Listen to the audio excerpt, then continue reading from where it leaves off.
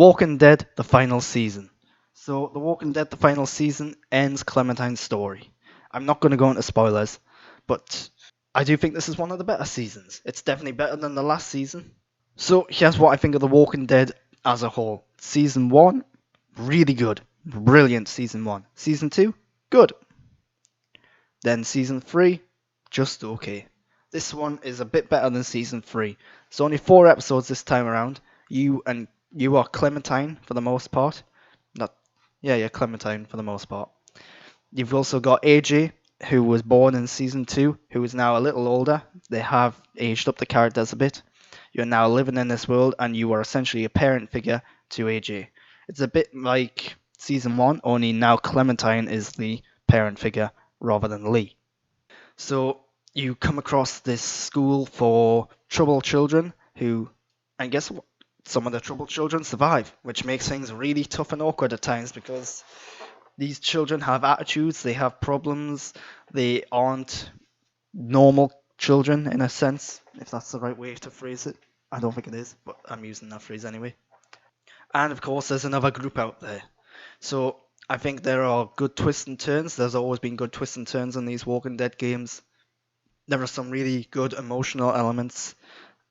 And one of the things this season does is it adds a third person perspective mode. In the past, there were always the conversation elements and the actual quick time event elements, but then there were these more quiet and subdue elements where you could walk around the environment, interacting with various things before doing your objective. Here it goes full first person. There's combat in these perspectives, and you've got the typical explore the environment stuff. So the problem is the first person perspective is really slow in this game. The engine of this game probably not designed to be a third person game, sorry. So it's really slow, really cumbersome. It does nothing but slow things down. So what should be like a 1.5 to 2 hour game, because depending on how much third person experience is in that particular episode, it just drags it on. That being said, when it comes to the combat, it does make the combat a bit more engaging, I suppose. But it's just unnecessary. It doesn't need to be there. There are collectibles this time around. You can decorate your room.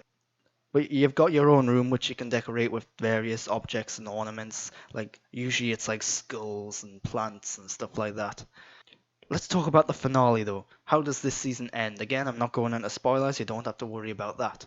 But the ending is mixed. It does get into the emotional areas, it does try to tug on your heartstrings the same way that season 1 does, but it just doesn't quite get there. There are some things about the ending that don't quite make sense. Of course, this is all based on choices, so your ending might be a little different from what my ending was. So there are certain things that this series and what other Walking Dead series has established. And it seems like this finale is going against some of that stuff. I can't go into details because I don't want to spoil it. But I'm happy with what happens to the characters right at the end. I'm just not quite happy with how it happens. So yeah, I'm trying to be very elusive, trying to avoid spoilers, and it's tough. Overall, I think this is one of the better seasons of The Walking Dead. It very well could be the last one. Telltale Games is no more, but Skybound does have the rights back to it, I think. But I don't know if they're going to be interested in making any more. This does wrap up Clem's storyline. It was the right time as well, because the quality of the game, while it is one of the better seasons, it just pales in comparison to season 1. I don't think anything can live up to season 1.